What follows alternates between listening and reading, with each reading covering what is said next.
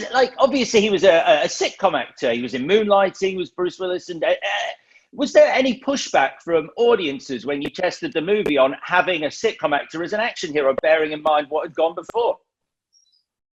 Indeed, there was. And in fact, right before the movie came out, the kind of fans turned on Bruce because of there was some politics and feuding on the set of Moonlighting.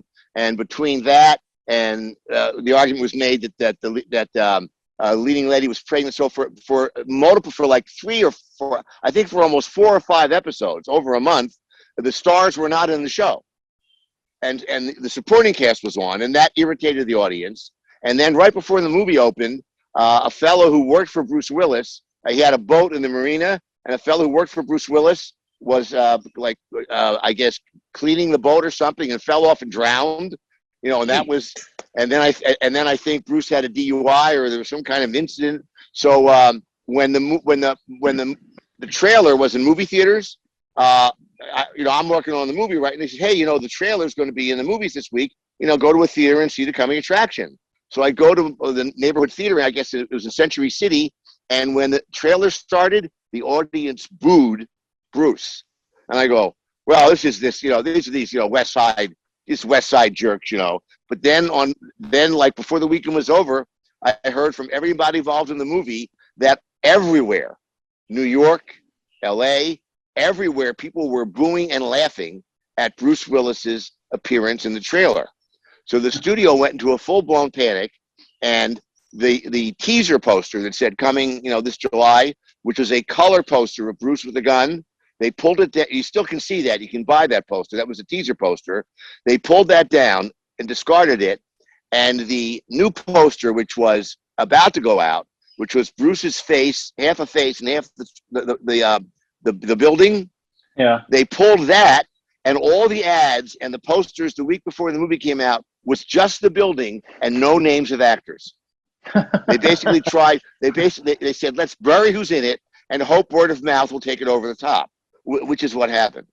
The second week, the ads and the poster was the mostly black and white poster with the building and Bruce's face.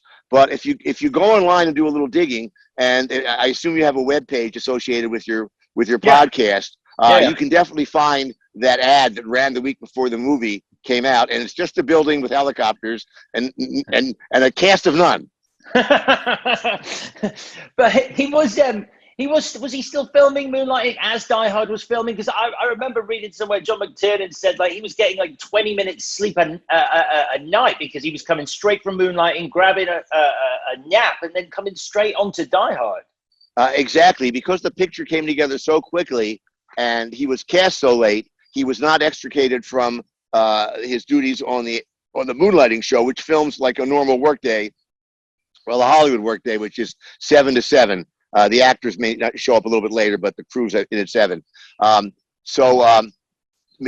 I guess, the 4th or 5th day of filming, and as it turned out, because to accommodate him, the first couple of weeks of filming were night shoots in the building. A lot of the movie is in a real building. The building you see is on the 20th Century lot, so it was convenient and could be, isolated, and people wouldn't be walking in and out of the set. So McTiernan came to me and said, listen, we're killing this guy. He's just catnapping like between takes. He's exhausted. Can you expand some of the other parts, and we'll give Bruce a couple of days off, build up some of the other parts. So the subplots involving the reporter and the first scene I wrote to accommodate this issue was the scene where Holly confronts Alan Rickman. So all of the other supporting players, their parts got richer, and the movie got more complex in a desire to give Bruce a break. And McTiernan was very kind later. He said a number of times in interviews and in this big coffee table book of Die Hard that he asked me to, expand the parts, and I gave him a Fellini movie. So I don't know if that's exactly what it is, but the film was richer for it. It just shows you how the push me, pull me vicissitudes of production can, for good or ill, alter the course of what you're doing.